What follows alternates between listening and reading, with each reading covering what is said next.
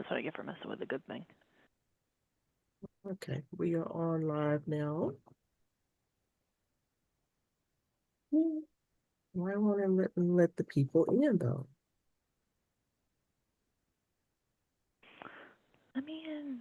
Let me in. I'm on.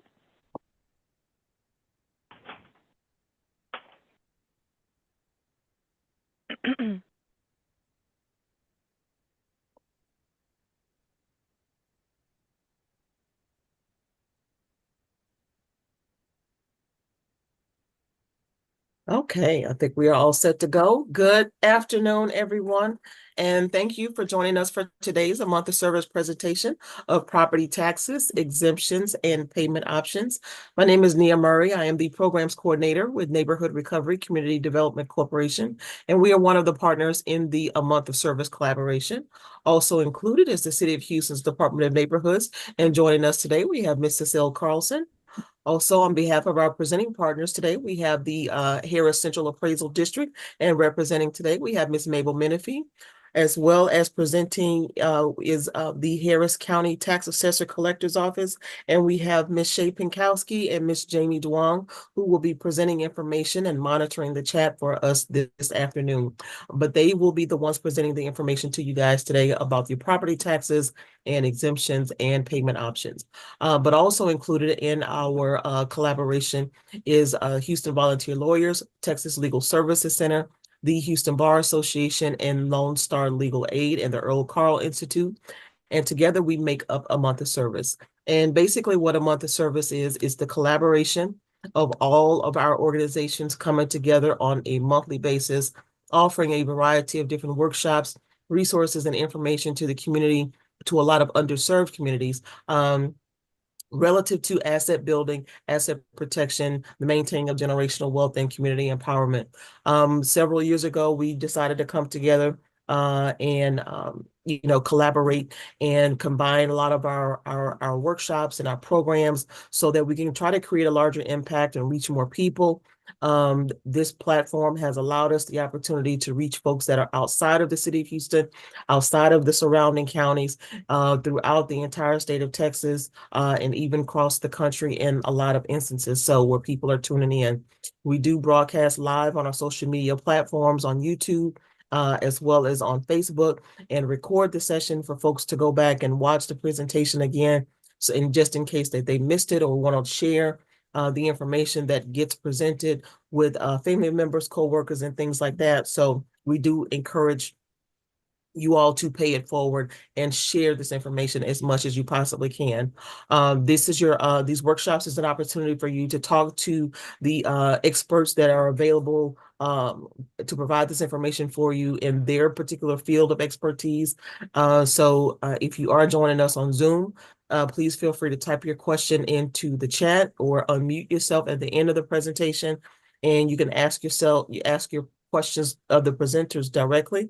Or if you're joining us on social media, you can also type your question into the comment section, and we make sure that your question gets addressed there at the end as well. So the only thing is that we try to just ask that you try to keep your questions to be as general as you possibly can, so that way your personal information is not kind of getting out there for everybody to have access to. So we want to try to protect your privacy as much as we possibly can on this particular platform. So with that being said, again, we want to thank you all for joining us this afternoon.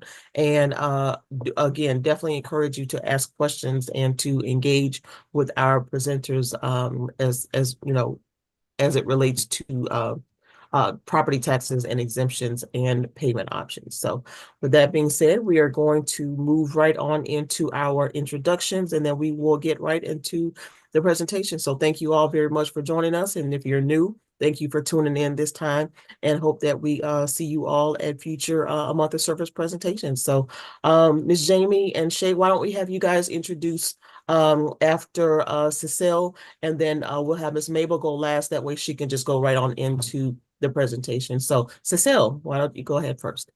Thank you, Nia. Hello, good afternoon, everybody. On behalf of the Department of Neighborhoods and the City of Houston, on behalf of Mayor Whitmire, we want to welcome you and thank you for being here today. Thank you also to our presenters for sharing their time, their knowledge, and expertise. Like Mia said, we have people that are experts in their field and can answer a lot of questions and give you guys information that is accurate. So we always want to welcome everybody to our presentations. And if you guys know anybody who could use this information, please share the link, spread the word. We're trying to get as many residents as possible so that we can all be well informed about our rights and about different legal processes and protecting our assets. And so I'm going to thank you guys so much for being here, and I'm passing on to Ms. Shea.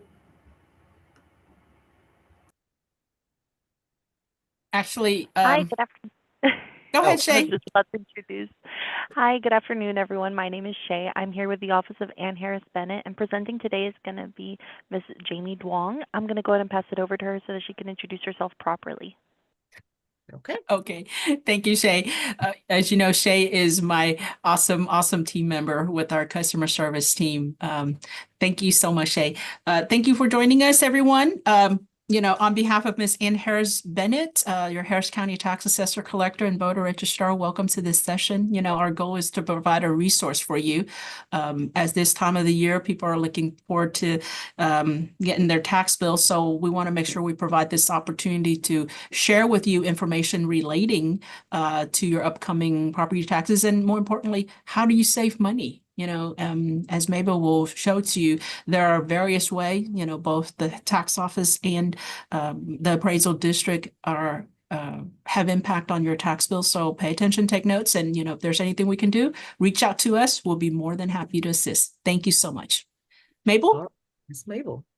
All righty. Thank you, everyone. Can you see me? We can see you. Okay, perfect. Good afternoon.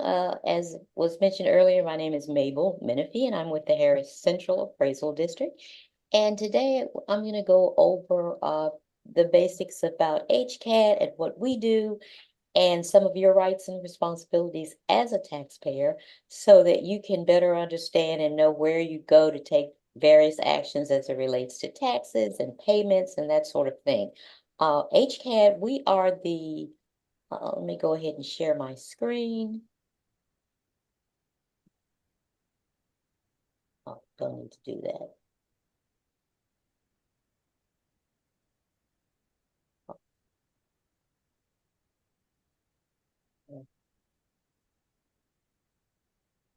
All right, can everyone see that?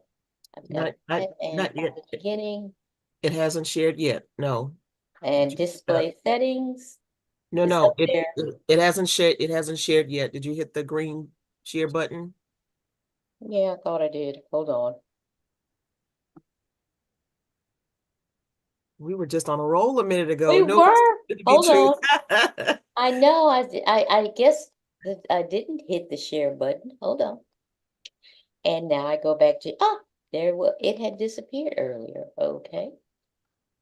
All right. Right, we're gonna get it. We're gonna get this information out. It's coming. And there we are. How about that? There we are. We got it. Okay. All right, everyone. Again, we're going to share some information this afternoon about basics about property tax appraisals, protests, and exemptions. Exemptions are something that you're going to want to listen closely to if you're not familiar with them. And even if you have them, you may gain some information about how you can help someone else be sure that they are getting them. So let's dive right into it. So basically, HCAD, our responsibility, we are the Harris Central Appraisal District. And what the appraisal district does in each county, there is one in each county, and we are authorized by the state legislature to appraise property in each of those counties, in each county for ad valorem tax purposes, for property tax purposes. We are a subunit of the state. Many people get us confused as being part of local county government, but we are not. We are part of, we are a state government subunit. So we follow the rules that are initially established by the Texas legislature and those that are in the state constitution. The reason property taxes play such an outsized role in Texas It's because we're one of the few states that do not have a state income tax. And so local government depends heavily on property taxes.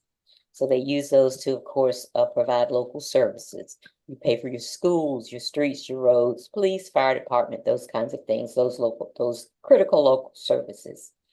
So what do appraisal districts do? We appraise all the property in that county, and we are required to do so at 100% of market value. In other words, we have to come as close as possible to what the actual market value of a property is in valuing it. And that value is set on January the 1st of each year. In other words, whatever the condition of your property was on January the 1st of that year is how it's valued. And I say that just to give you an example.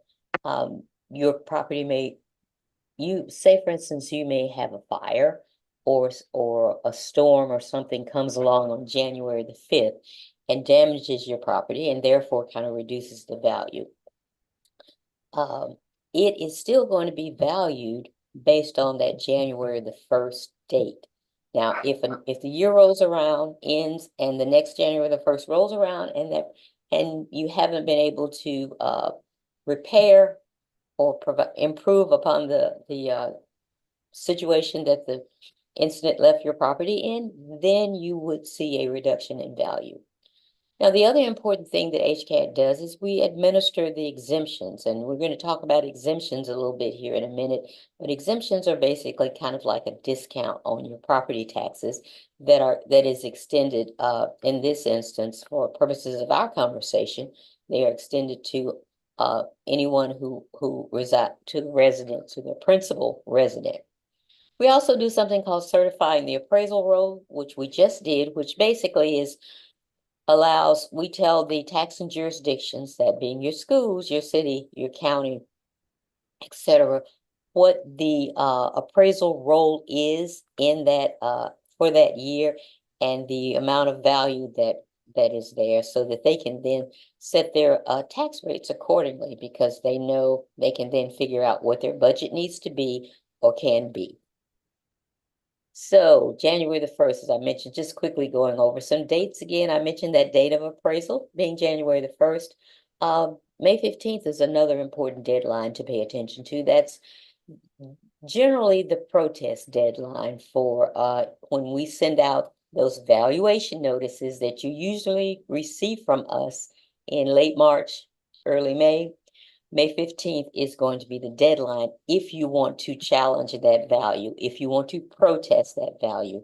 It requires that if you get it later than, say, and within that 30-day time frame, then you always have, within that before May 15th, you always have 30 days from the date of the notice, whichever comes later. So say, for instance, if you received it on April the 20th, then you would have until the following May 20th or May 20th to file that protest. Then, of course, in October and November, that's kind of, Jamie's going to talk a little bit more about that. Her office does that, but they mail out the tax bills in October and November. And all of that is contingent upon the rest of the calendar meeting those deadlines. And then, of course, February the 1st, if taxes have not been paid for the for the previous year, they are considered delinquent. As I mentioned before, we're required by the tax code to be at 100% of market value. And how do they check on us on that? That is, of course, a state study that's conducted annually to make sure that CADs such as HCAD are in compliance with that. We do appraise property by a process called mass appraisal, which is a little bit different than what you might see when you have a fee appraiser come out when you're trying to sell your property. The value that we use in determining your appraisal is going to be based on the sales in your area of similar properties. So at HCAD, we are the largest appraisal district in the country, actually, who appraises each year.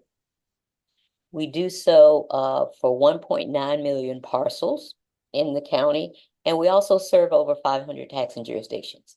And you 500, you say you may only pay to 4, 5, or 6 of those, but depending on where you live, you pay to different jurisdictions.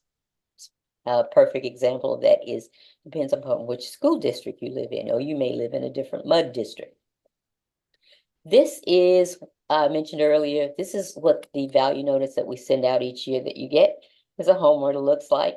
We change it up a little bit, but as you can see, we provide you with something called the appraised value for the year, as well as the market value for the year. Keep in mind that what we are looking at and changing each year, or may not change, is the market value. That's the value at which we base the value of your property owned as related to the sales in your area, as determined by the sales in your area with similar properties. The appraised value, as you can see here, might be a little different from the market value because it's going to be based on the number of exemptions you already have on your property, how long you've had them, and things of that nature. It's important to remember that you're going to get these two values. When you protest your property, you're going to always be protesting on that market value as opposed to the appraised value. So let's look at what these are again, just to go over those. The appraised value, that's the number that's going to be used by the taxing authorities in calculating your taxes. Now, it could be the same as market value because that market value is going to always be chasing that appraised value, but there are going to be some benefits of the appraised value that we're going to talk about later, one of which may be your appraised value may be lower because of something you get as part of an of your general homestead exemption. You get a 10% appraisal cap for properties that have those homestead exemptions. And basically what that means is that even in times when values are rapidly rising, as you know, we have been seeing in recent years, you're going to always be protected from too big a jump in value because you will have on that resident homestead a 10% appraisal cap increase, meaning that your property, regardless of how high the value may go because of what people are paying for properties around you, your value will never go more than 10% above what it was the previous year. It's going to be capped at that, regardless of that amount. It may be lower, depending, of course, if values didn't creep up that much, but you will always be protected by that 10% cap if you have a general resident homestead exemption. The market value, that's again the value at which the property is going to sell for to a willing buyer on the open market. It's what they call an arm's length transaction. And again, that is the market value is what we establish. So once you get that market value, and we can talk a lot, if you're really interested in protesting, we can talk a lot more about that, and we'll be here to talk a lot more about it next March, April, and May, because that's when your letters come out. That's when we will have determined the property valuations within the county. So people are going to be really interested in why was their value, their market value put at this amount. They may want to protest it. So there are various methods and forms of protesting. And just to keep in mind that you can submit a paper form that you get along with your value notice in the mail. You can submit that, either mail it in or you can actually submit it electronically. There are also some other options called iFile and iSettle that you can take advantage of, which will help you more readily get through the appeals process.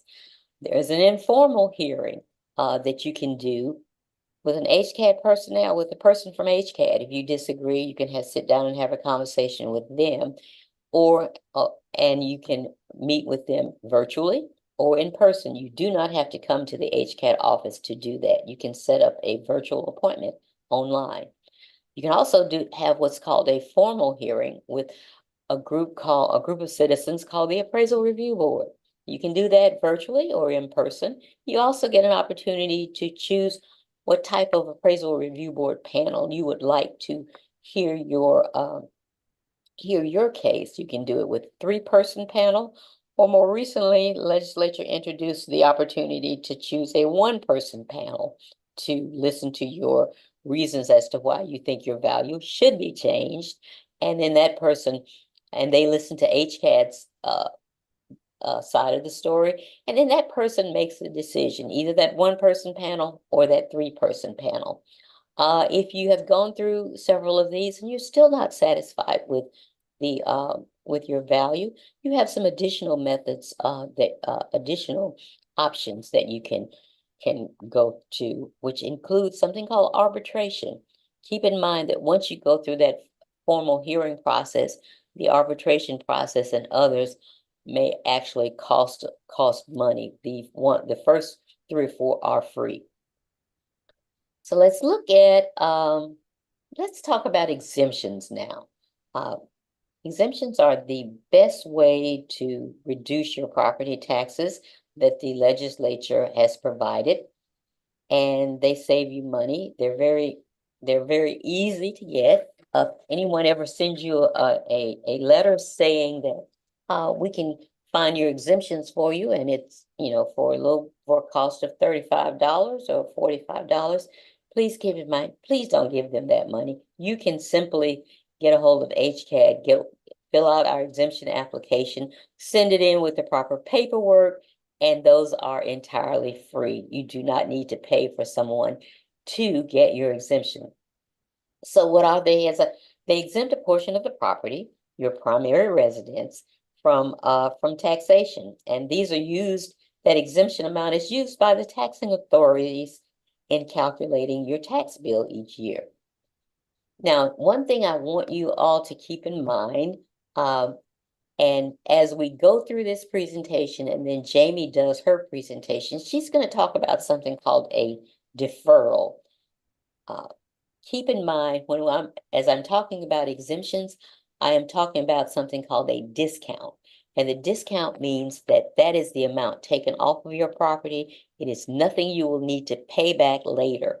That comes in the form of something called a deferral. We're not going to get into that, but I want to make sure that people understand the difference, because I've run across far too many people who get the two confused, and they are literally giving away money by not applying for their exemption because they think it's something that they will have to pay back.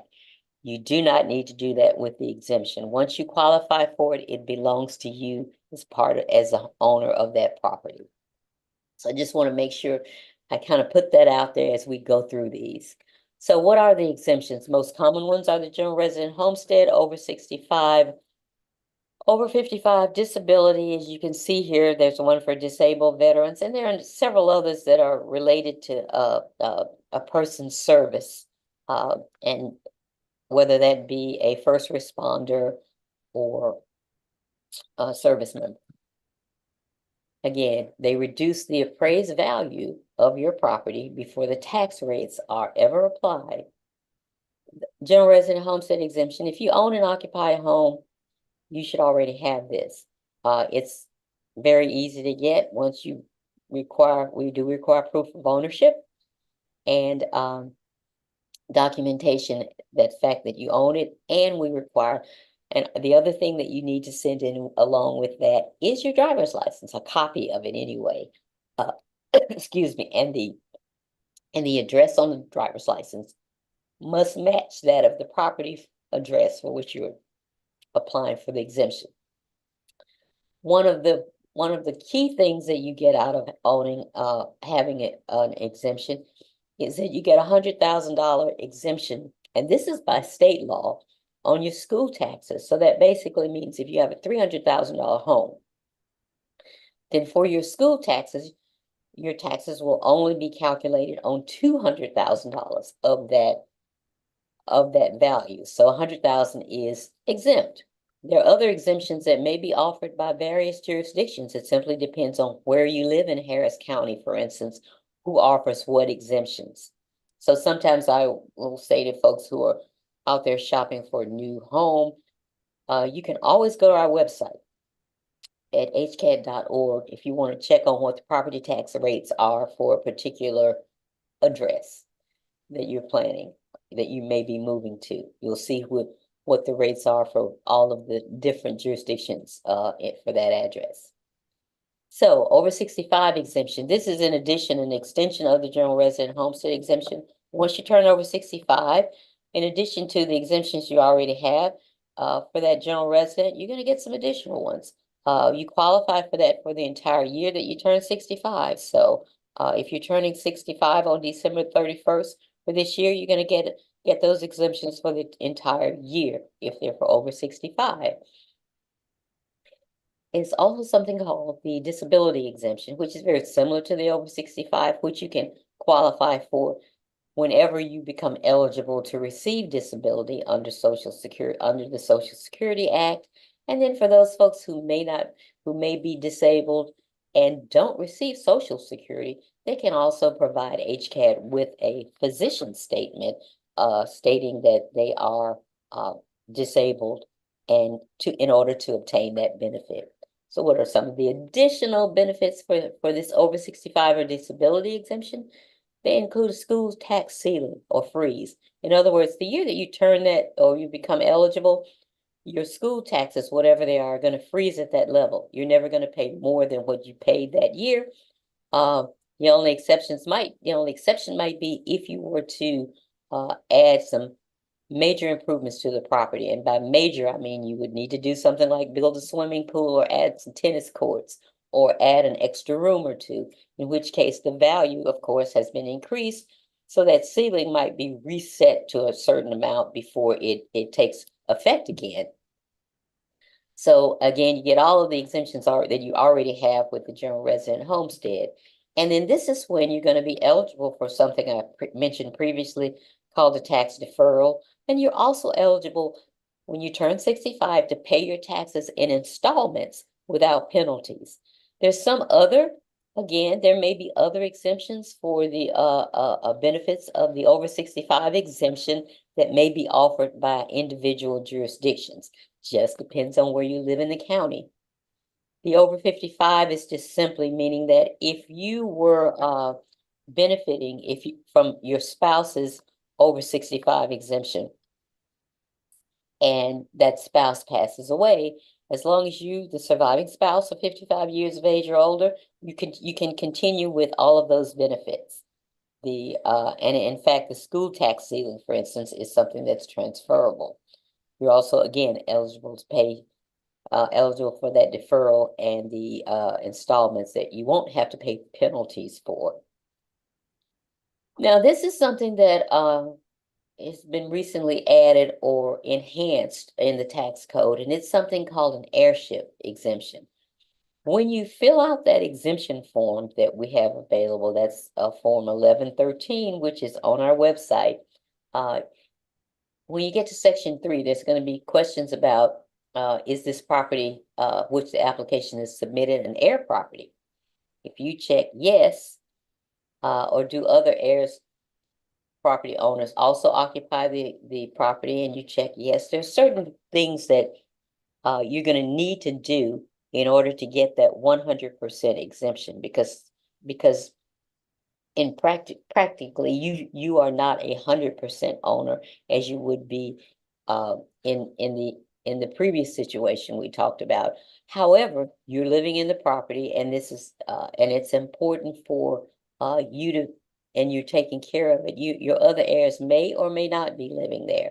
But this is an opportunity for folks who don't own 100% of the property to get that 100% property tax exemption.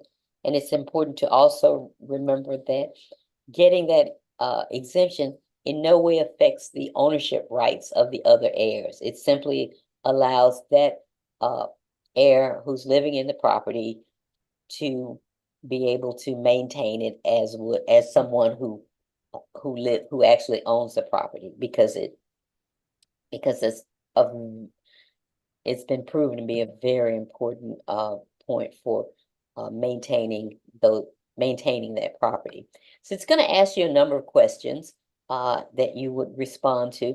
And I will say that if you have any doubts or confusions about this particular exemption, please feel free to reach out to our exemptions department. they'll be more than happy to walk you through it if need be.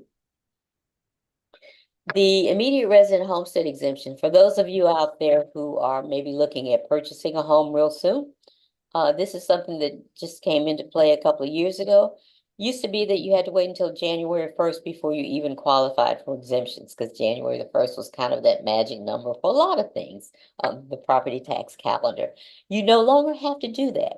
You can apply for an exemption as soon as you move in and occupy the home, and it's going to be prorated based on the date that you moved into the home.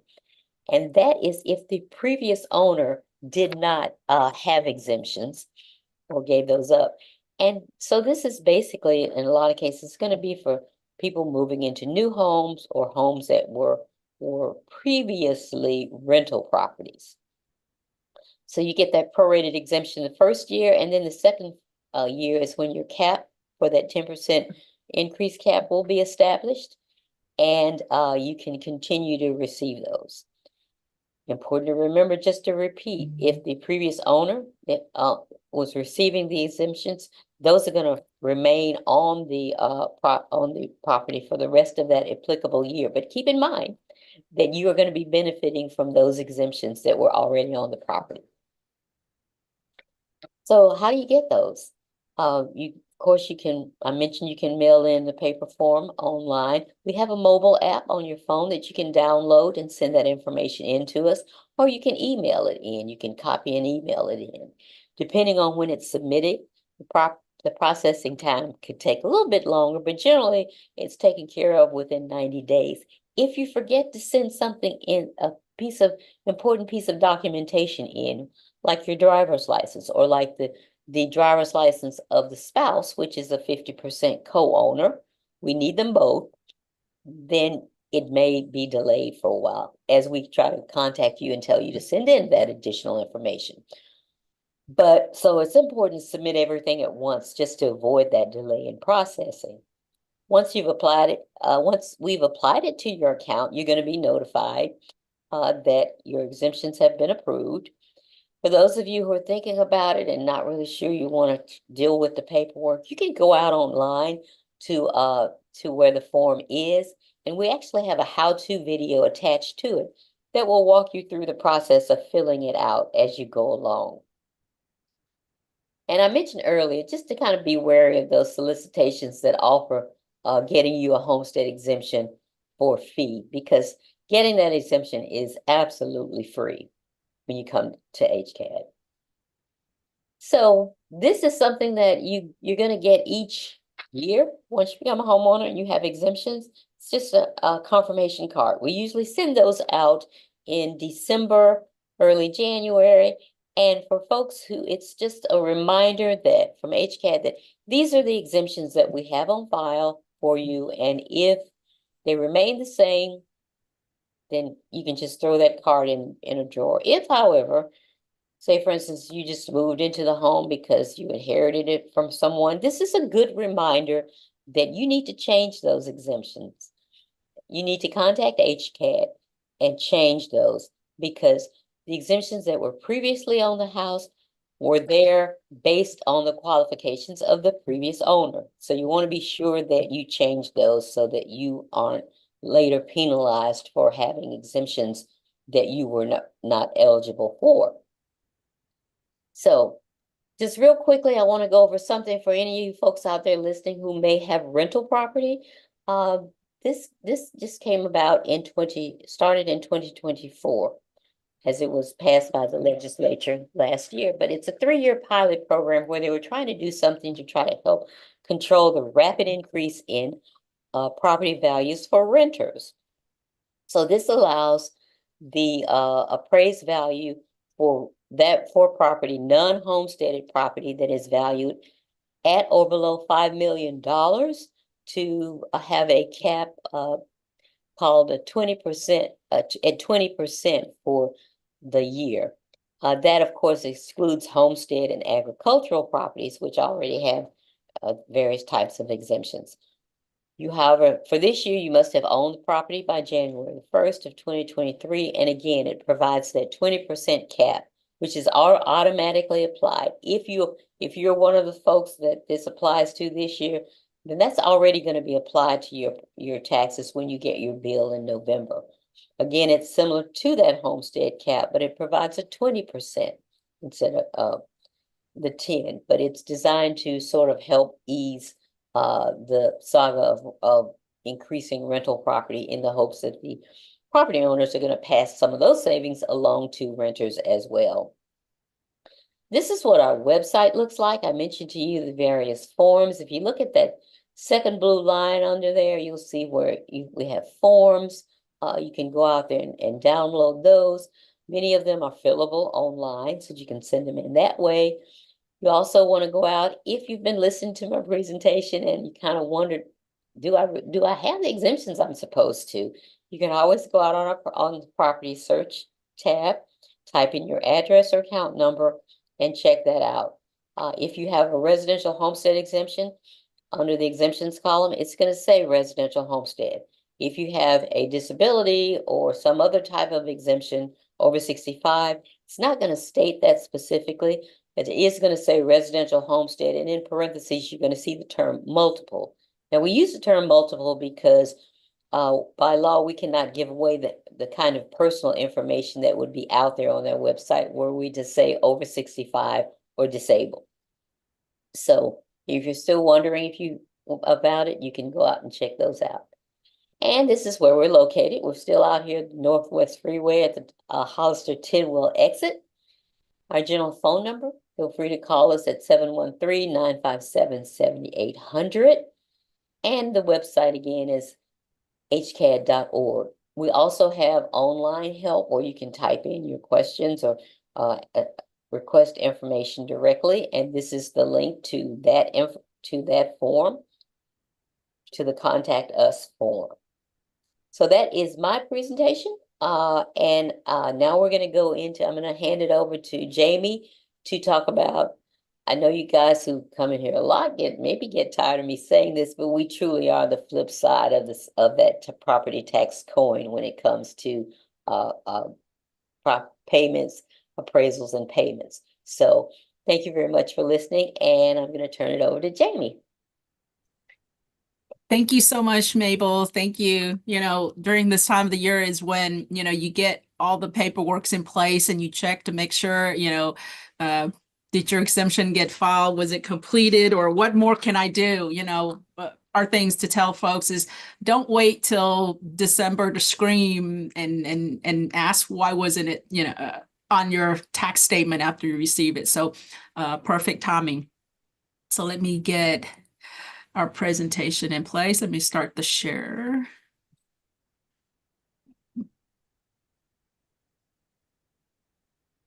So do this.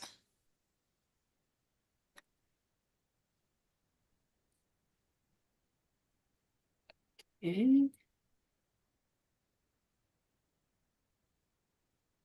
Okay. Does everybody see it now? Yes. Yes, ma'am. Okay. First of all, thank you so much, everyone, for making the time to come out here and or get online. And thank you, AMOS, for providing, and the City of Houston for providing us this forum to reach out to everyone and share with you the information that you normally would not come into the tax office and give us a chance to present. So on behalf of Ms. Ann Harris-Bennett, your Harris County Tax Assessor Collector, we welcome you to this presentation today from the tax office. Also with me today is Shay Pinkowski, who is our customer service assistant manager. She'll be working the chat room. So if you have questions, please type it in and we'll be happy to assist and address as much as we can. Okay. My name's Jamie Duong. I'm with the Harris County Tax Office, Customer Service Division, Director of Property Tax. So welcome to this workshop. As I said before, this is the perfect timing to get all of your property tax financial ducks in a row, so to speak, and line it up. Because as you know, within the next couple of weeks, the tax office will be sending out the tax bill. So giving you a couple of previews of what to be looking for and what to be expecting on this upcoming season. So without further ado, let me start the presentation. And if you have questions, type them in the chat, and we'll, along with Nia and Mabel, will address that at the end of the session. Thank you again. So on behalf of Ms. Ann Harris-Bennett, welcome to this tax workshop. Our goal is to provide a resource for you. Our goal is to provide information that is helpful and useful, and more importantly, to let you know that there are options and to make ourselves available to you, especially when you don't know where to turn to as far as getting information about your property taxes and how to maximize your benefits that you may have as a property owner, or if you're planning on buying properties in Harris County. And what does the tax office do?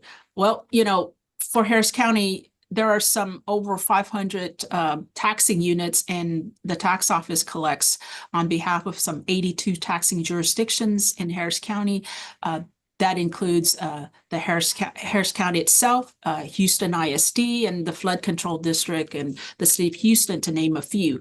And from these 82 taxing units, we collect over $8 billion for tax year 2023 for terms of, you know, residential properties, mineral interest, or your skyscrapers that you deal with. And this money goes back to the counties to handle the financial needs of the county. So over $8 billion that passes through our hands into the collection efforts for Harris County services.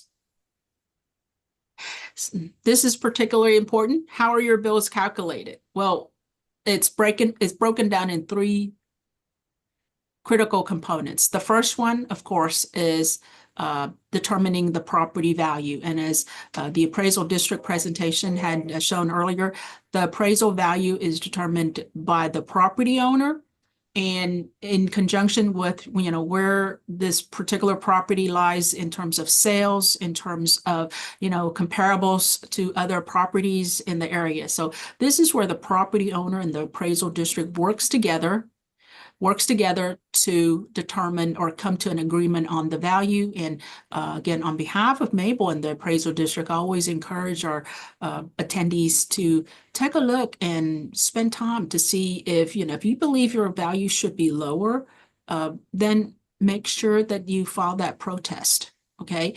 However, you know, and also if you have exemptions that you feel like you are entitled to, or that you haven't filed for, make sure you complete the paperwork and file that exemptions. Okay. Now, the second critical part of your tax bill is determined by the tax rates. And as you hear so much in the media, you know, the Commissioner's Court, the governing bodies, these are the local authorities that set the tax rates. And through the process known as Truth in Taxation, you know, they've recently completed that, and we still have some taxing units that are still discussing about the tax rate that they are about to set. Okay, on behalf of Ms. Ann Harris-Bennett, we encourage our participant to pay attention to the local news, pay attention to the developments concerning your tax rate, and participate in the process. You know, check to see, hey, when are these hearings on, and go online and join these hearings, and, you know, get yourself familiar with as far as why is the tax rate at this certain levels, and what are local governments' plan on using the funds. You know, this is critical as property owners, that, you know, you should participate or you have a voice in this process. Now, come to the last part of this equation, after the value, after the tax rates are determined, is where the tax office comes in. We calculate the tax bill, okay? And by this process, we take the agreed upon property value or the certified property value. We multiply that by the tax rates that's there. We applied any applicable exemptions that have been approved by the appraisal district, and we generate the tax bill. We mail it out to the property owners, and we collect the taxes. Now, if you've recently moved or if you've recently changed your mailing address, make sure you go online to the appraisal district's website, or you can also download one of the appraisal's form address, mailing address, or the ownership address change form, and update that information. The tax office does not change the mailing information or the ownership information is through the appraisal district. Okay, so if there are changes to your tax bill in terms of ownerships and name and where it should be mailed to, please make sure you complete that form and submit it to the appraisal district so that not just the tax office information gets mailed correctly to where you intend it to mail, but also any other taxing units that the tax office doesn't represent will also be updated in this process. Okay. In recent terms, there have been changes to the property tax collection process, or changes to that affects your property taxes. And some of these, in general terms, maybe, for example, the Harris County has increased the exemption amount for properties that are owned or that are residences for over 65 disabled or disabled veterans. They've increased the exemption amount from $275,000 to $320,000. And now this would affect your 2024 tax bill, which should come in the mail after the election. Okay. The second change for those that are living within the city limit of City of Houston, again, for property owners that are owned by someone who is over 65 years of age, disabled veterans, or surviving spouses that are 55 years of age, the exemption amount has increased from $160,000 to $260,000 for that owners. And of course, you know, the school exemptions, the general homestead for school exemption has increased from, you know, $20,000 to $40,000, and currently it is at $100,000 for basically all of the state of Texas school tax portion of that.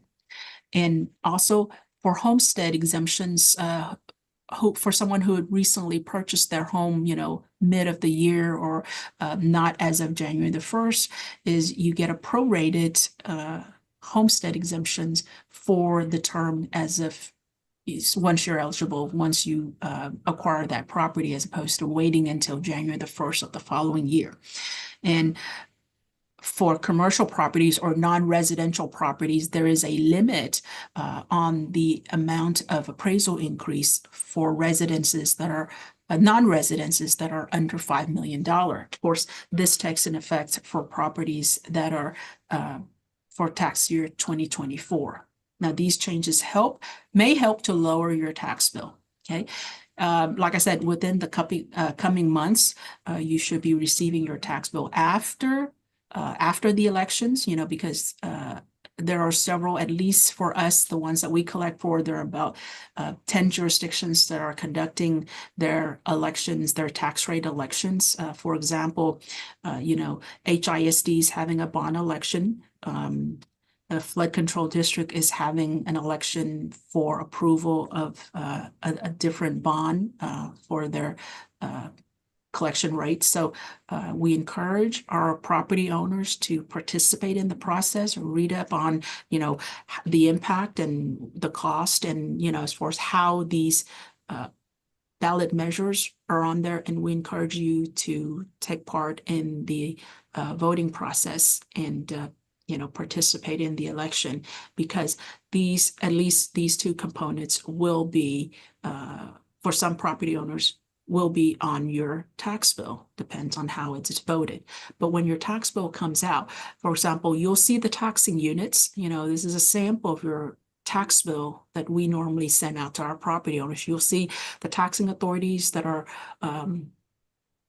that has jurisdiction over your properties, or that have contracted with the tax office to collect the taxes. You'll see the exemptions, if you qualify for exemptions, any exemptions, and it has been approved by the Harris Central Appraisal District. You'll also see the tax rates that has been adopted by the governing body for your taxing units. And of course, you know, you'll see as far as the property and what the appraisal information is, and also any applicable exemptions that have been approved. And most importantly, also the amount of taxes that are due. You know, when you receive this tax bill after the elections, make sure you study it carefully. Make sure all the exemptions that you believe you qualify for has been shown on that. Now, if you've submitted your exemption request after August, it may not show up on your bill because it may have to go through a certification process.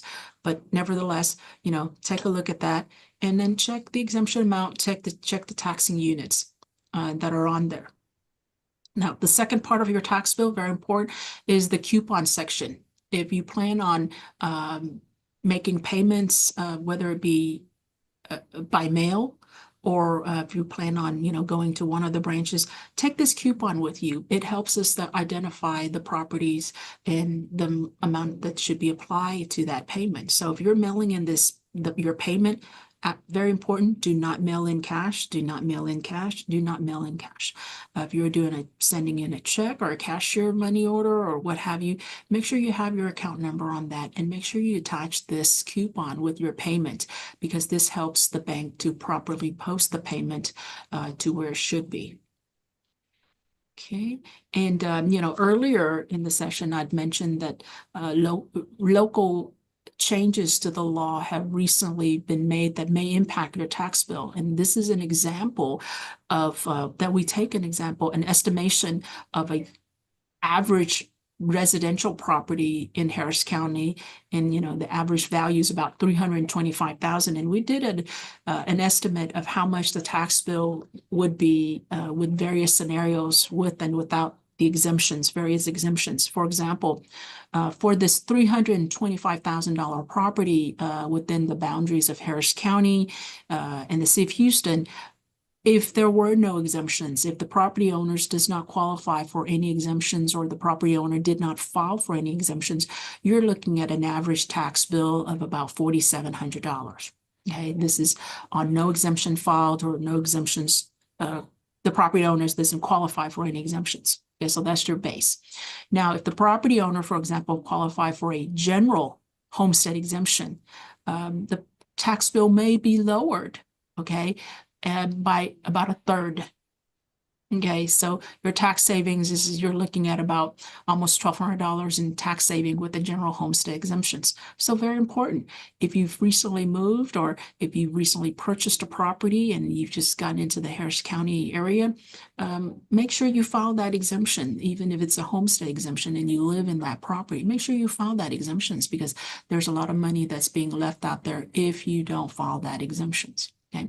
Now, taking that scenario of the $325,000 average residence in Harris County a little bit further, if the property owner is someone that's over 65 years old, disabled veterans, or this is your surviving spouse that's over 55 years of age and this is your primary residence, if you have that exemptions or if you've applied that exemption, the over 65 exemption, and it has been approved, your savings dramatically increase, from $1,200 to something over $5,000. Okay, so your tax bill drastically gets reduced to something about a third of what it would be. So there's a lot of money there. If you qualify for these exemptions, make sure you look into further and make sure you complete the paperwork to file for these exemptions, because if you don't file for it, it does not get granted automatically for the first year. So once you file for it, make sure you follow up and make sure all the paperwork and all the documentations have been submitted and properly sent to the appraisal district, because like this illustration show, there's a lot of money on the table. So follow through with that. If you have questions, reach out to the tax office, reach out to the appraisal district. We'll be more than happy to help you answer your inquiries, to help you complete that form to get the exemptions that you may qualify for.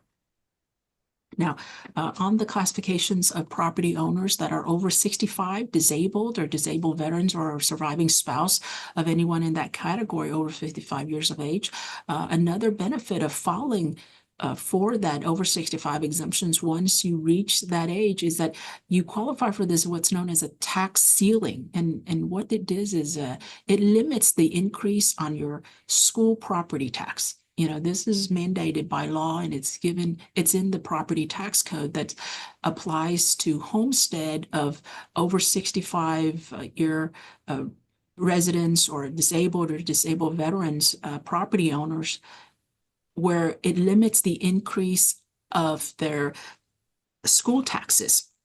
Now, in some jurisdictions that adopts for that, it may also limit that portion of the tax as well too, but it's primarily for the freeze of your school taxes. So that's another benefit. Now, another benefit is, you know, if you're a property owner over 65, disabled, a disabled veterans or surviving spouse, 55 years of age, once you file that exemption, that over 65 homestead exemptions, and you qualify for it, you also qualify for what's known as a tax deferral. Now, tax deferral is on a separate filing, but it's an affidavit that you need to file with the appraisal district. And what that does, it postpones your taxes. Okay, it doesn't eliminate your taxes. I want to be very clear. It doesn't eliminate the tax. It postponed the taxes that you will have to pay.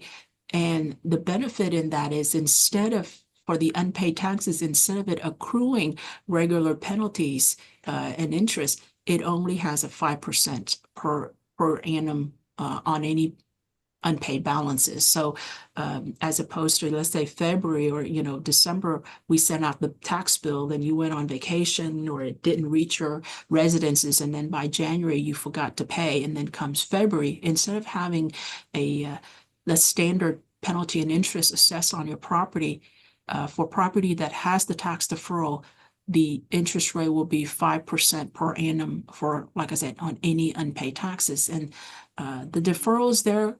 If you use it, the benefits kicks in. If you don't use it, there's no cost to you. Okay. Two things I want to make very important. Number one, the tax deferral is a delay of taxes. It's not a cancellation of taxes.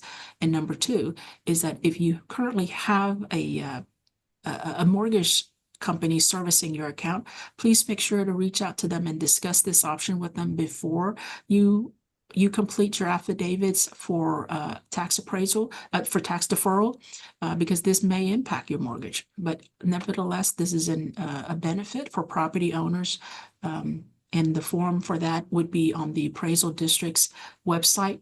Reach out to us, reach out to the appraisal district if you have questions on how to complete this deferral affidavits. Okay, so as we approach tax time, and the tax office will be mailing out the tax bill a little bit after the election, and you look at your tax bill and it's, January, it's the end of January, it's the end of December, you're not going to be able to make that payment. What do? You need more time to pay. Well, no fears, no worries, just reach out to the tax office. We offer flexible payment plans for you, and it goes from anywhere from 12 months to 36 months, okay? And you can start requesting it as early as February the 1st.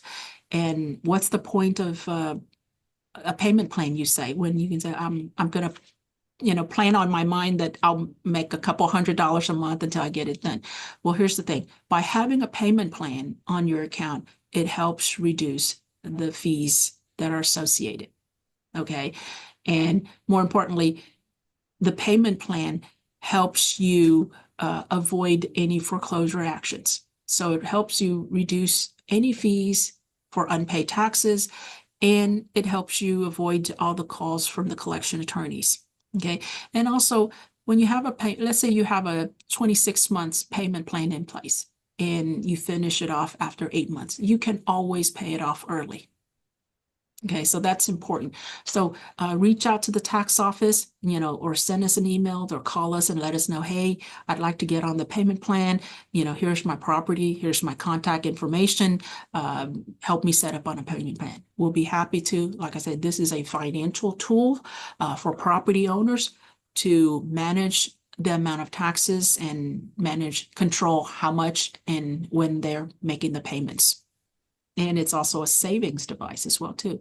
So reach out to us and we'll be more than happy to help you. Now, for property owners that have unpaid balances and you are, you're over 65 years old, or you're disabled or disabled veterans, or you're a surviving spouse of anyone in that category that's over 55 years old, you get your tax bill, guess what? And you know that you're not going to be able to make the full payment, you may qualify for a quarterly payment plan. And again, first, make sure that on your tax bill or with the appraisal district, you have that over 65 exemptions or that disabled veterans or disabled property owner or surviving spouse coded on your account. Okay, once that exemption has been approved to you, you can reach out to the tax office and say, hey, put me in a quarterly payment plan. It's very simple. Basically, it takes any tax amount that you're due for, let's say for the 2024 tax year, and takes that tax amount, split into the 4 payments. Okay, and there will be no interest assessed on that as long as the payment is paid. The payments are paid timely. The taxes are due, the customary payment for taxes are due at the end of January, the end of March, the end of May, and the end of July. So as long as these payments are paid timely, there are no penalties, there are no interest. Okay, but very importantly, make sure that you have that over 65 exemption already coded on your property through the appraisal district. And like I say, if you have questions or you need help getting this exemptions or the paperwork for this exemptions done, reach out to the tax office, reach out to the Harris Central Appraisal District, and we'll help answer any questions you may have on that. Now, for property owners that don't fall into that over 65 categories, what do? No worries. We also have payment plans if this is just your general homestead, or even if this is your commercial property, or if the taxes that you have unpaid are for your residential, your non-residential, or your rental properties. No worries. Or your business property, reach out to us. There are payment plans. Like I said, it goes from as little as 12 months or less to up to 36 months. Okay. And again, I cannot emphasize enough, the purpose of a payment plan is to help reduce the fees that you may have to pay, reduce any penalties and fees, and maybe help avoid collection attorneys' fees. So call us. Now, several options that you may have when making your payment. The easy, of course, is to go online at www.hctax.net, or if you're paying by mail, please make sure you don't wait to the very last day. Or if you wait to the very last day, of course, please don't, because it's very important to get that postmark that is January 31st. Because after January 31st, let's say if you drop it in the blue box and it doesn't get postmarked until February 2nd or 3rd or what have you, by that time, the payment would automatically be considered late, and there will be 7% penalties and interest assessed to the tax bill. Okay, so if you're mailing in your payment, please make sure that it is postmarked on or before the due date. Okay, it's very important. Now, if you're paying by phone, you can reach in to us at 713-274-2273. Okay, now for all these 3 payments, you can make payments by check.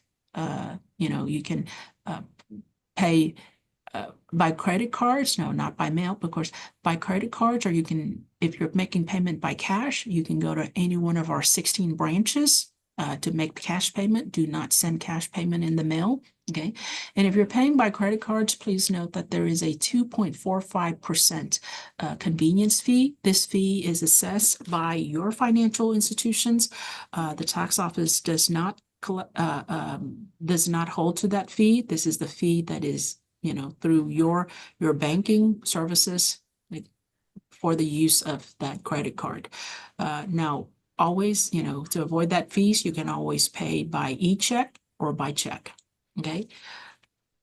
And let's see. And for some of our residences that have been recently impacted by the disasters, storms, whether it be the May derecho storm or Hurricane Beryl in July, you can apply for a property payment plan. If your property was impacted by these disasters, this applies to your real property or your personal property that are damaged by the disaster. And the way this property payment plan works is it allows for you to make quarterly payments on the 2024 taxes. And again, the key to this is it helps you avoid penalties and interest on your unpaid taxes, your unpaid 2024 taxes. How do you apply for this? You apply by submitting a request for installment payment form. This form is available on our website at www.hctax.net.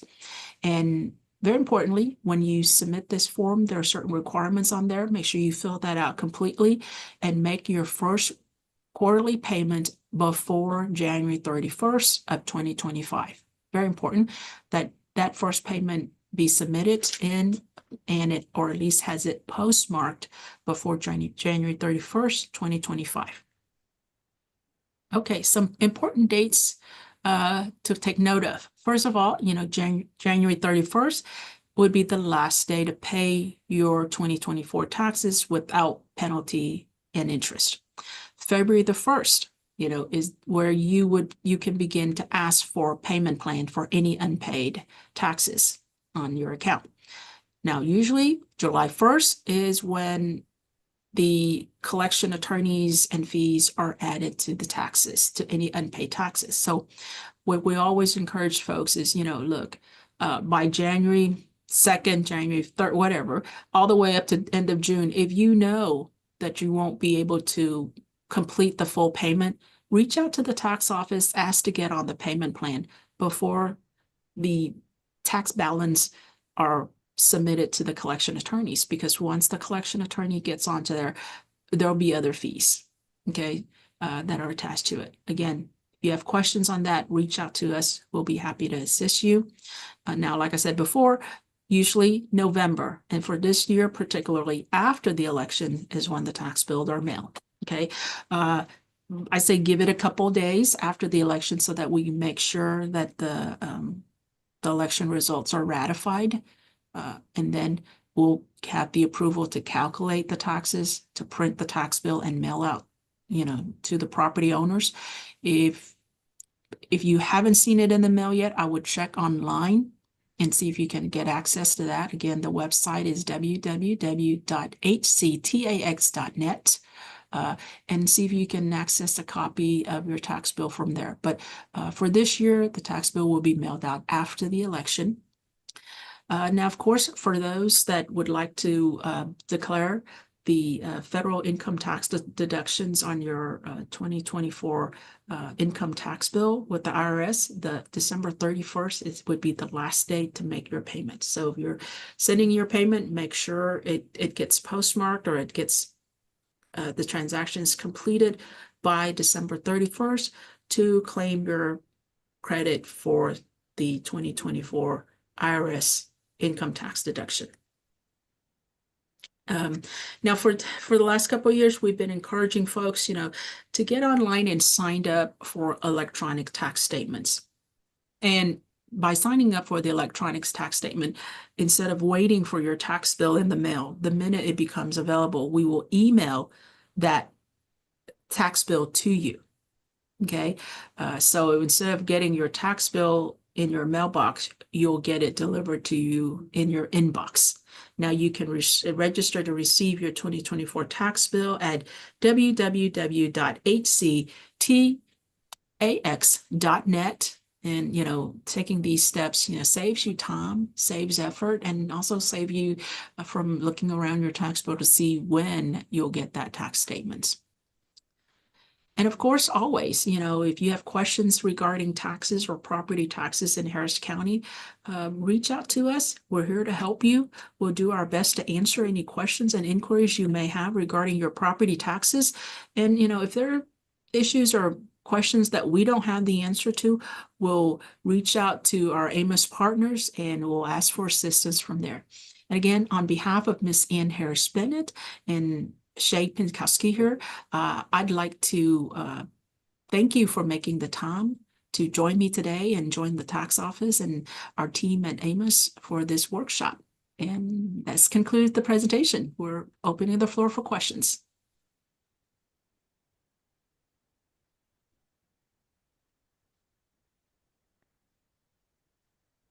cannot hear. Can you all hear me? Mm-hmm. Oh, okay. I'm sorry. I couldn't get my volume to turn up.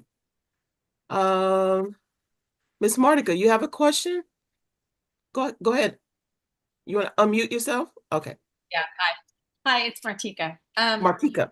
So yeah, so I have a question. I had property damage outside from, fencing and this storage shed. And the fencing has been fixed, but the storage shed has not because it's like $10,000 and I can't afford it. But would I qualify for that payment plan for that? So there are two, actually, you talk about this, there are two relief benefits for property owners in that particular case. Let's say if your property damages is at least 15% of the property value, you may qualify with the Harris County Appraisal District's disaster plan, but I believe the deadline for that has passed. Now, for the payment plan, yes, you do qualify. Part of the application request on that form is you show us, proof of the damage to your property, and you attach that with your form along with that quarterly payments. And if we can verify that, regardless of amount, if we can verify that this damage was the result, or these damages were the results of the storms, from these two storms, we would grant that. And in this instance where we don't approve of it, or the request is not approved, that's when we'll send out in writing to you that says, hey, it's not the quarterly payment plan is not approved. But more than likely, if the damages were the results of these two storms, we would approve that. And alternatively, so this thing I'm looking at last year's bill, and it has this thing for paying late, like right down here. Okay. So these are really high interest rates. But if you're saying that's the standard that the property tax code puts on there: 7%, 9%, 11%, 13%. And that's why I emphasize so much on the payment plan. Okay, is because once you get on the payment plan, it helps reduce a lot of that fees. Okay, I didn't realize that was even an option. So you're saying, so when can I apply for the payment plan? You can apply, for the disaster, but you can submit the paperwork now. Like I say, show proof. Regular. Yeah, What's what that? about the regular? What about the other payment? As of February the 1st. As of the February the 1st, because the tax code only allows us to put payment plan in for non-disaster, okay, for delinquent property or unpaid property. So as of February the 1st, usually is when the taxes become delinquent. Okay. Now for disaster property, which you first ask, you can gather the information and submit it into us now, so that when you get your tax bill, I wouldn't mind attaching that again. It says, hey guys, I've already asked you for a disaster payment plan, and this is what was sent in October or in November, and now here's December, right? Or if you feel like you're making this first quarterly payment in December, make sure that we've already had that. But more than likely, if you send it in around this time, we would have that processed in our system and coded on to receive your quarterly payment as part of the disaster payment. Okay, so don't delay, because if you're waiting on January 25th and you get angry as far as why is my account doesn't have the disaster payment plan, don't give us some time, okay? Because this is an election year and there are several ballot measures on there that the tax office has to take into account. So if you already know, like you said, your fence and your shed, that was the result of the disaster that has created it, do the application and submit it into us. Give us the time to code your property, okay? And I appreciate the question, because there are folks that says, how do you help me? We're trying. So let me clarify also, or ask for verification of a question that she had asked earlier too. Is the 5% penalty or the fee, it's the max, or is it the max per year? Okay, no, separately. Okay, so on the quarterly payment plan, there is no fee. On the disaster, the 5% is on the tax deferral for properties that are for the senior citizens. Just for yes, the deferrals. Yes, 5% is the per annum until that property is until that taxes is paid. For example, if you defer it for 3 years because the senior citizen is still living there, that's a deferral plan. That's different. Okay. But for Martisha, who's asking about a disaster property damage plan, that's a quarterly payment plan that doesn't have penalty and interest on that. But Okay. you do have to apply. Okay, you do have to apply. That's Go ahead. And that's only for HCAD, because I'm also in Spring Branch, so I have Spring Branch ISD. Well, no, for the tax office, for the stuff that we collect for. For example, Spring Branch has its own tax collector that does that. You may ask for that. I would reach out and say, hey, do you have a disaster payment, program for property that are damaged by the recent storms? And they may have an application process that you are required to do. And like I say, we don't represent Spring Branch or Spring Branch ISD, but we represent HISD and a lot of Harris County. So your portion, you would get a separate bill from us. So that portion of the bill would be eligible, with the application process that you submit in. Okay, So and can I ask you one? for all the other folks, if they live in a separate jurisdiction where you guys don't collect the taxes, they would have to reach out to that taxing Correct. entity for Correct. them. But for everybody else, because you collect the bill, it's only the one bill and it's only the one. Correct. Correct. Okay. For example, like I said in my presentation, there are some 500 taxing units in Harris County, and we collect for about 82. So the rest have its own, water, utilities, or, public improvement district that may have other tax assessor collector, and they may or may not have that disaster payment options from the governing body, giving them approval to do that. But for us, we've been given the approval to, hey, offer disaster payment plan. Okay, I don't want to take up all this time, but I have one more question. That's fine. So, this is helpful. This is helpful. Okay.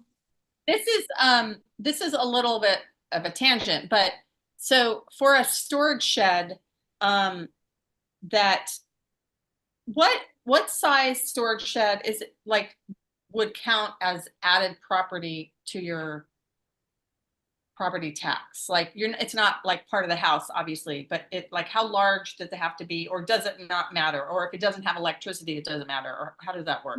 The correct answer the appraisal district may answer it differently, because like I say, the threshold for the appraisal district the damage would have to be 15% of your property value. So like I say, I don't know how magnificent the storage shed is to be 15% of your property value, so I'm gonna leave it alone for the appraisal district.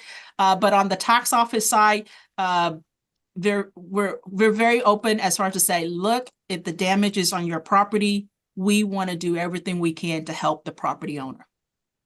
Yeah, I mean, it's nowhere near that. But I'm just wondering about like building a new one or whatever. Is there, because what's the difference between having a large storage shed and having a new building on your property, for which you would get taxed, right, for a new building? But that'll be an appraisal question, and I wouldn't tread on that, but I can only address the payment side for the 2024, which is we accept if you can show us that the damage to this property was the result of the disaster. We would accept, and like I say, we would go out of our way to help the property owners in whichever way we can, especially if we know that you're going to make the payment in quarterly, and the benefit is to the property owner. We would always lean toward that and to be assistant.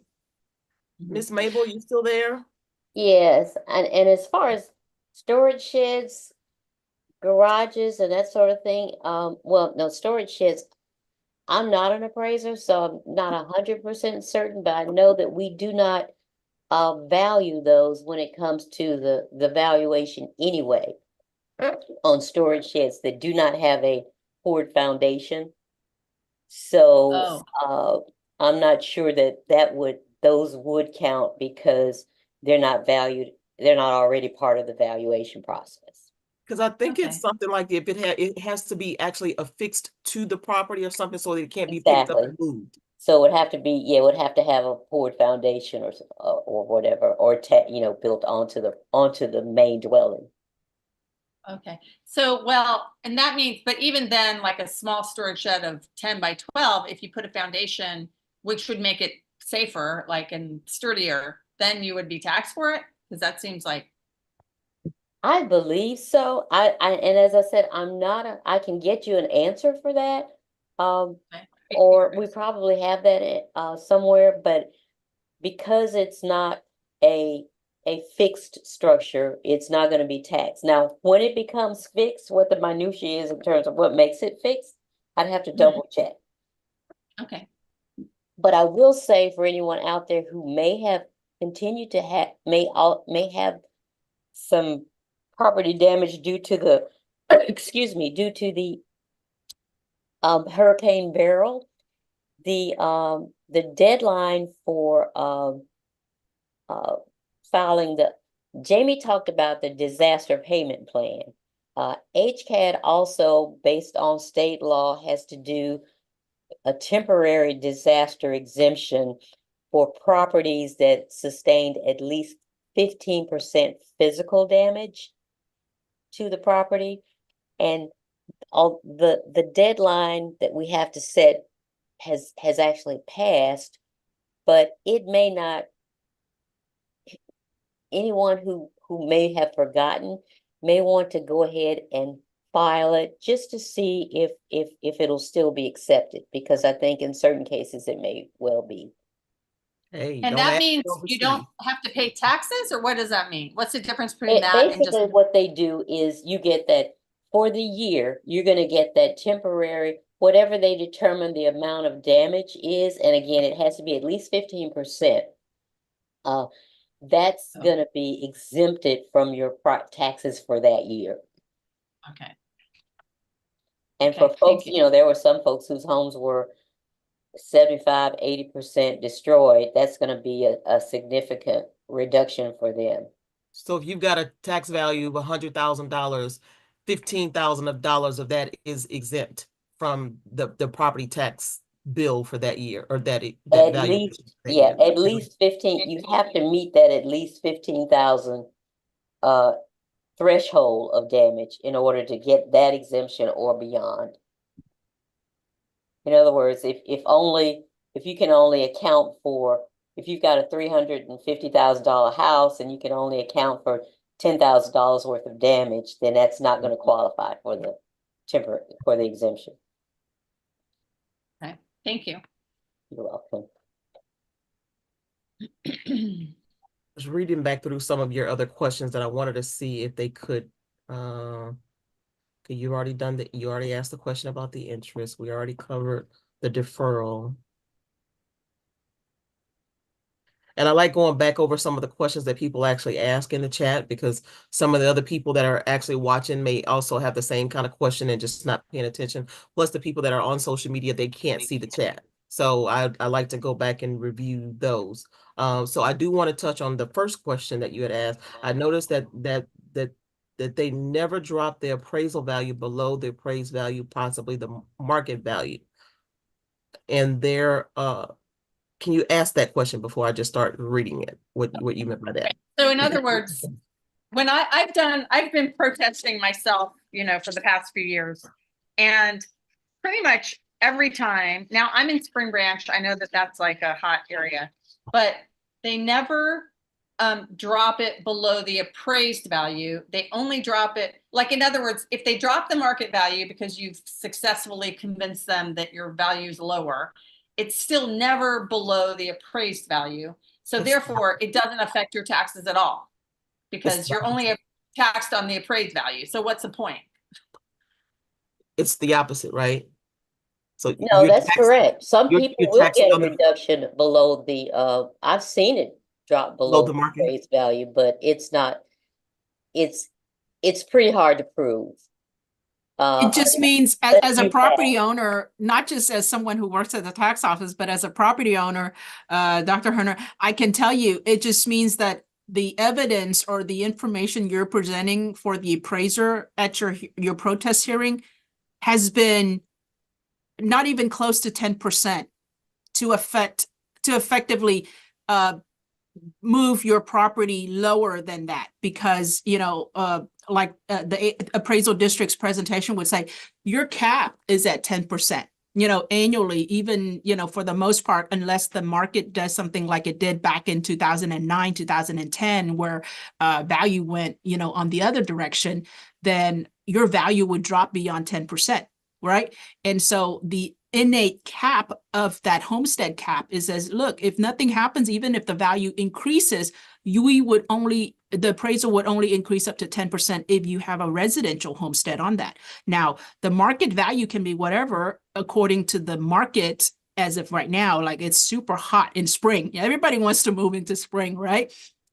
So it may have gone up 15%, but your appraisal value would only be 10% of last year. So let's say you're bringing in some information to pull the value down.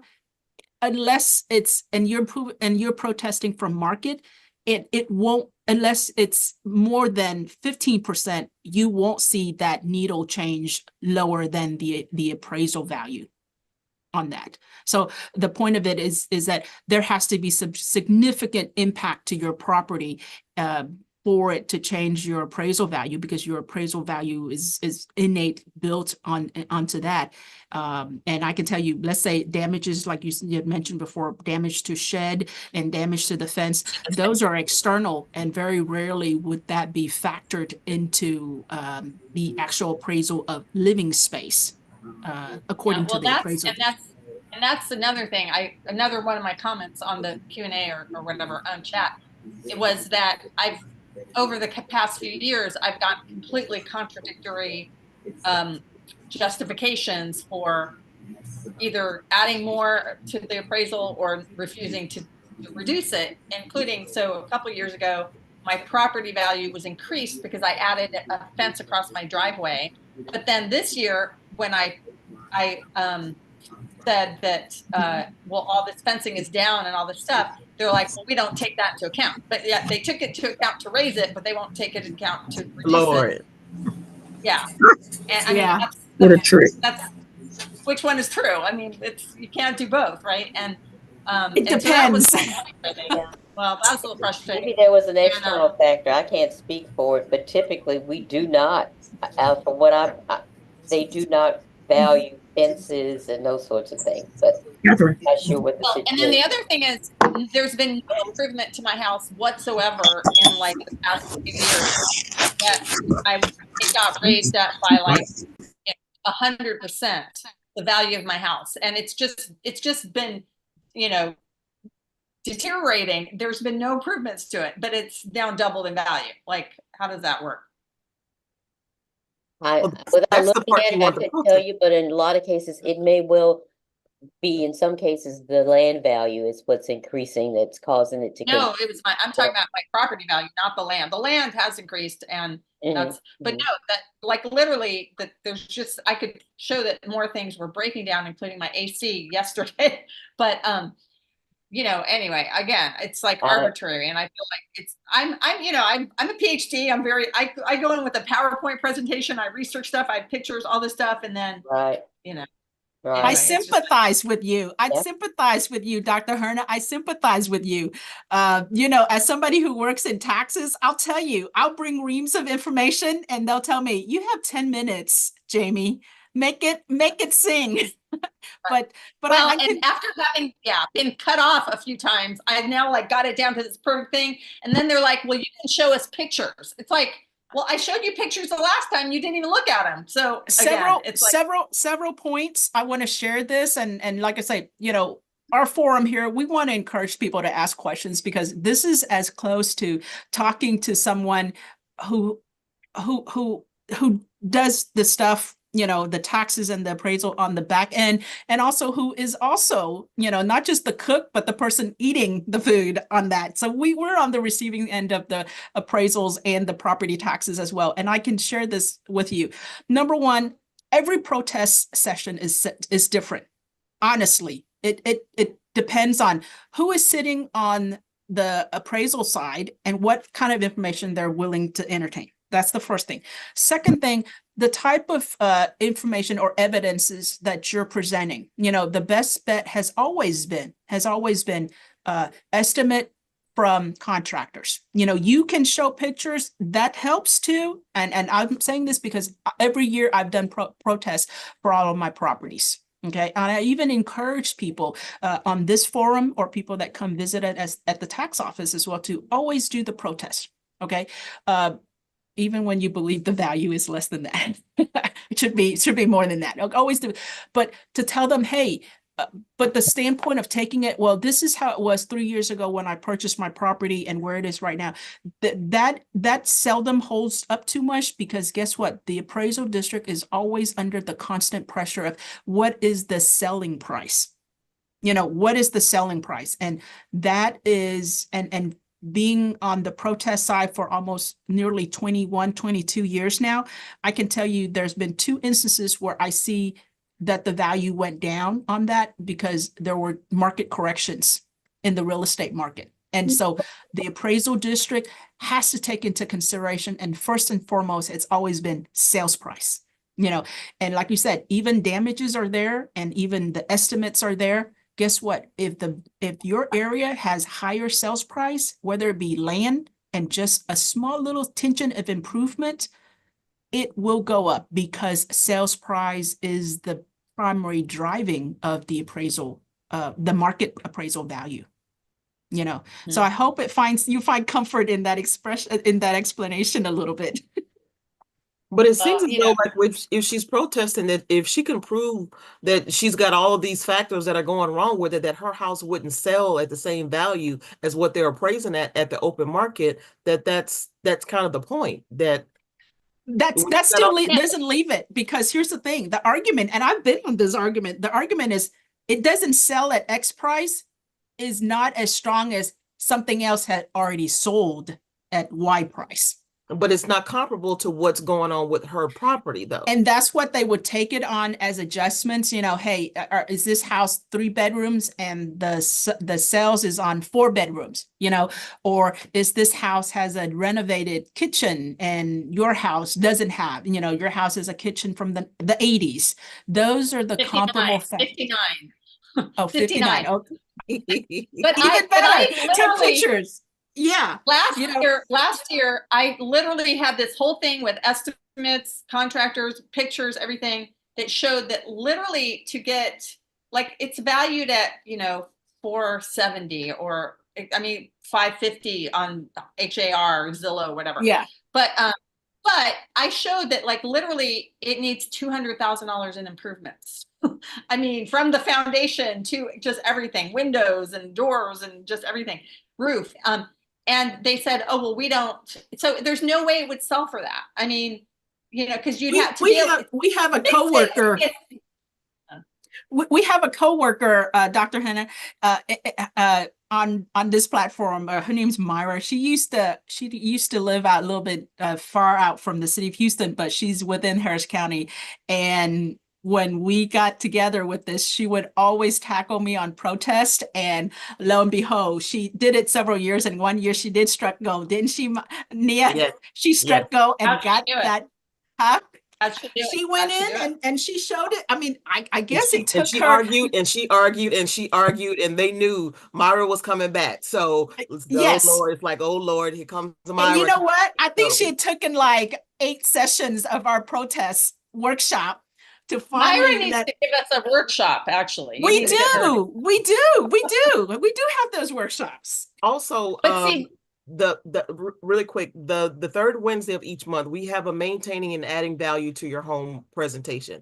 There is an actual TREC licensed appraisal that's actually on that presentation that kind of tells you what actually adds value, what diminishes value, what they look for as an appraiser, and the information that she gives, especially when it goes into times of protest season. She'll kind of give you little tidbits and things of what they look for and what to do and what to say when it comes to protesting or an appraisal, and you know, kind of. And just in case anyone is interested, we do have a protest series that we do March through May, where we bring out the senior appraisers and valuation analysts from HCAD that you can actually have that sort of discussion with, because they have the expertise, in case anyone's interested in those. So, Dr. Hannah, you need to get season's ticket to AMOS. you need to get I've Season's noticed- ticket, okay? I can The tell you thing I've this. noticed is that first thing you do, which is I forget what you call it, but the first step, right? Before you go to the board, before you do the official protest, that is always lower than what they end up with. And I feel like you're penalized for not taking the first, because you're wasting everybody's time if you take It depends. It depends on what kind of board you have. Sometimes I go in there, I want to rip my own hair out because these boards just know how to do averages. Okay. They take the three from the panel and then do an average. I'm like, you don't know what a mean is? You don't know what a median is? You don't know what a mode is? Are you kidding me? So no, like I said, seriously, each session is separate and it stands on its own. But I can tell you, once you've done a couple years of protest, you'll get the hang of it. And like I say, these Nia's right. You know, this workshop, this platform, we are so honest in the sense that we're showing you how the sausage is made. We're telling you what goes into it, but you got to have the patience. You know, you got to have the patient come in and soak this information in, because like I said, we want to share all this information with the residents, because, you know, it does benefit the community that you're able to, you know, have a lower tax base or know how to make sure you get the max out of your property. You know, so we want you to share that, and we want you to come back and get the most out of this. And like I said, whether it be Mabel, me, or anyone on this that does this workshop, we cook and we do our own cooking. So what we tell you, we actually do protest. And I think Mabel sees me at HCAT a couple of times and she's like, the door's that way. No, she's And most of the times too, I think for a lot of folks, they need to know that once they put that blanket increase, they're kind of banking on people that just don't protest, period. Because they don't know how, they don't know because they can, or they just don't think about it, or what have you, and they just kind of let it go and just kind of keep letting those values go up, go up, go up, regardless of what the market is actually looking like, and knowing that they have the option to protest. Councilmember Scott just put in the chat, numerous storms have impacted a constituent's home. No protest request has ever been made. Does HCAD take in consideration past challenges and current barrel disasters in the re-evaluating property taxes? How and where can they make that request?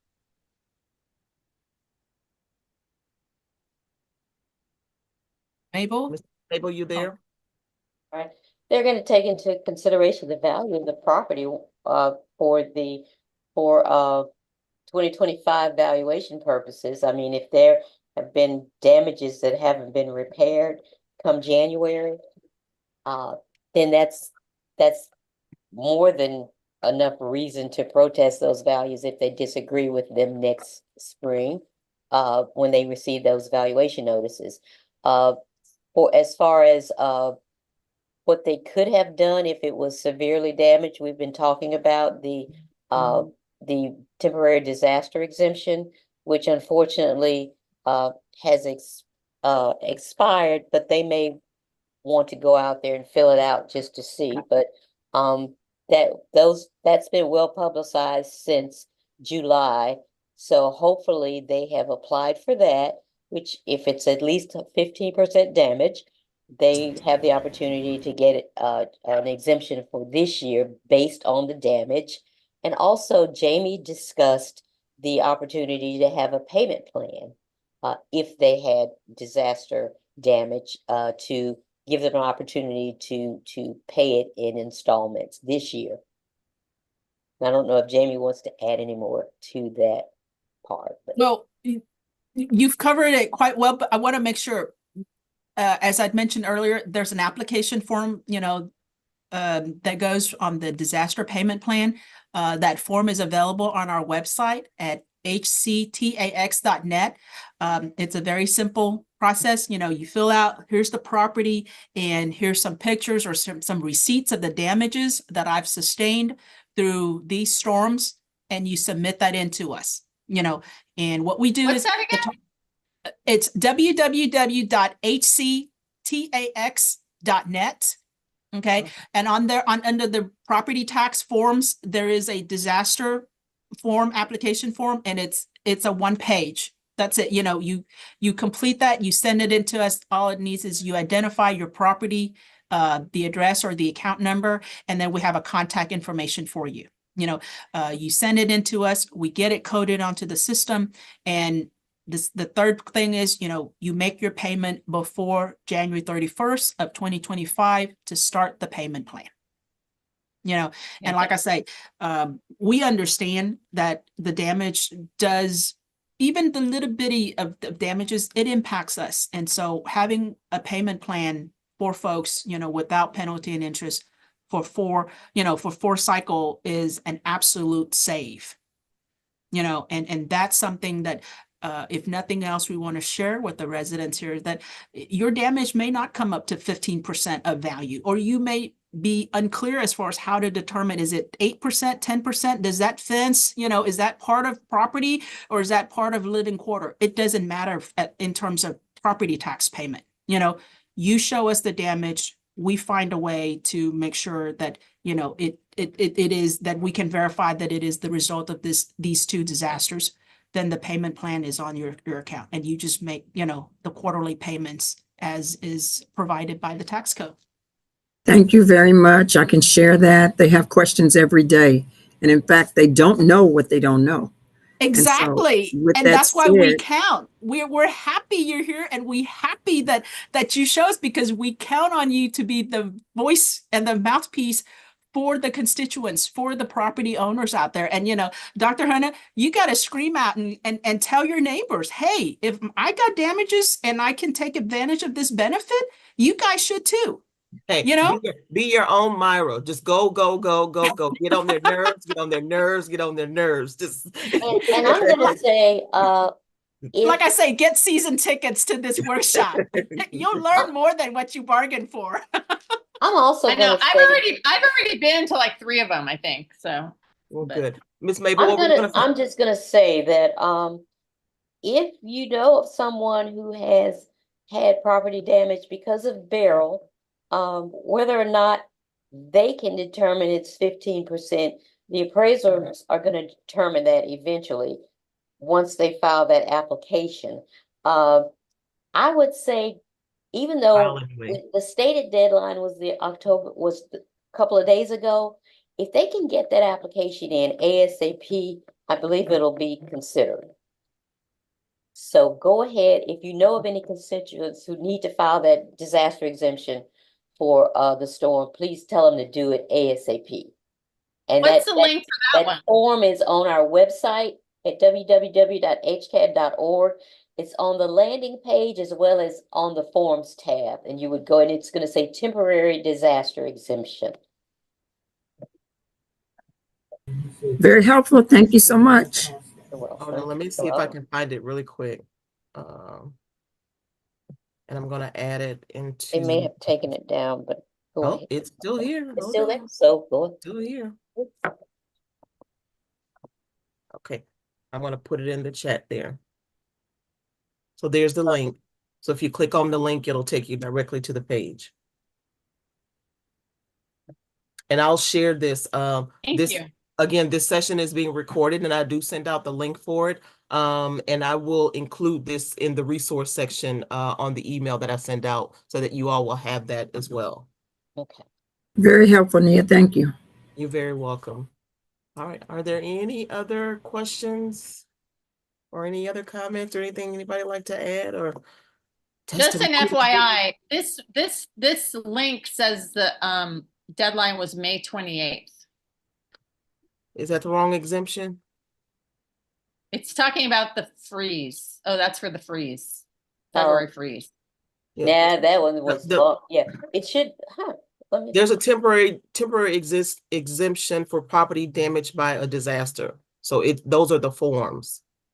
Okay. I think they just add. Does it say anything about Beryl, Miss Mabel, or is that the page? I think it's just the form. It's a state issued form. So okay. Probably. The form is general. It doesn't have an expiration date on it. Yeah. Okay. Okay. All right. With that being said, thank you, everyone. Miss Jamie, Miss Mabel, I know Miss Frida was kind of working and hanging out in the chat, waiting for some questions to come. So thank you very much, Miss Frida, Miss Shay. Thank y'all very much. Our participants, Dr. Hina, is it Hina? I didn't call you Hina, Here, and she yeah. called you Herna. Dr. Hina, Councilmember Scott, thank you guys very much for joining us this afternoon. We really appreciate you all tuning in. We invite you to come back every single month to all of our workshops as often as you like. We do not keep up, we are myself, I'm gonna speak for me, cannot keep up with all of the changes, processes, laws and all that kinds of stuff every single month for me to share. So that's why we do rely on these professionals to bring you guys the most up-to-date information that we possibly can to get out there to you guys. So please feel free to tune in however often it is that you like. If you feel like there's a question that you wanted to have answered or asked or addressed afterwards, please feel free to send it out to us, reach out to us and let us know, and I can make sure that it gets passed along to the person that it needs to get to as well. But tomorrow, just about the last one for the month, tomorrow, we've got our property tax foreclosure workshop. So if you find yourselves in that disastrous situation where your where your house is about to be foreclosed due to past due property taxes, we've got attorneys from Lone Star Legal Aid, as well as Miss Jamie, who's going to kind of be sitting in to kind of give you guys a little bit of information about what it is that you could do, what your rights are, to prevent that foreclosure process, or assistance that is available, as well as discussion more of those payment options for people to make sure that they don't get into that foreclosure situation as well. So tune in tomorrow for that at 1 o'clock. Next week, Tuesday, Neighborhood Recovery is going to be hosting our Todd Clinic in conjunction with our other partner with the Earl Carl Institute and the Department of Neighborhoods at the Alice Young Neighborhood Library. So if you have not already registered to get your Todd executed for free, please go online to join us for that, to get more information about it as well. But thank you guys very much. We appreciate you tuning in again. Once again, bring a friend next time. You pay it forward, share the links, share the information and the resources. And we do appreciate you guys for supporting a month of service and this collaboration. We would not be able to be here without you guys. In addition to that, we are also in the process of planning our 2025 calendar. Our partners will be meeting within the next month or so to kind of discuss what we're going to be hosting for 2025. So if there is an issue that's been impacting your community, for your family or what have you, that you want us to talk about, please feel free to reach out to us, or put some comments on there's a link for a survey that shows up. Put the links there. Put your comments there in that survey so that we can make sure that we get that addressed at our next meeting as we're planning for 2025. So thank you all very much. You all have a wonderful remainder of your day. We hope that you guys stay safe, take care of yourselves, and we will see you all next time. Thank you, Nia. Thanks, All right. everyone. Jamie, I got a quick question for you. So can you stick around for just a quick moment? Yes, ma'am. Okay. All right. Thank y'all very much. Hey, what's up? Nia, quick question before you go in with Jamie, because I know yes, I know y'all's information is vast. Let Y'all me- gonna be let- talking a while. Let me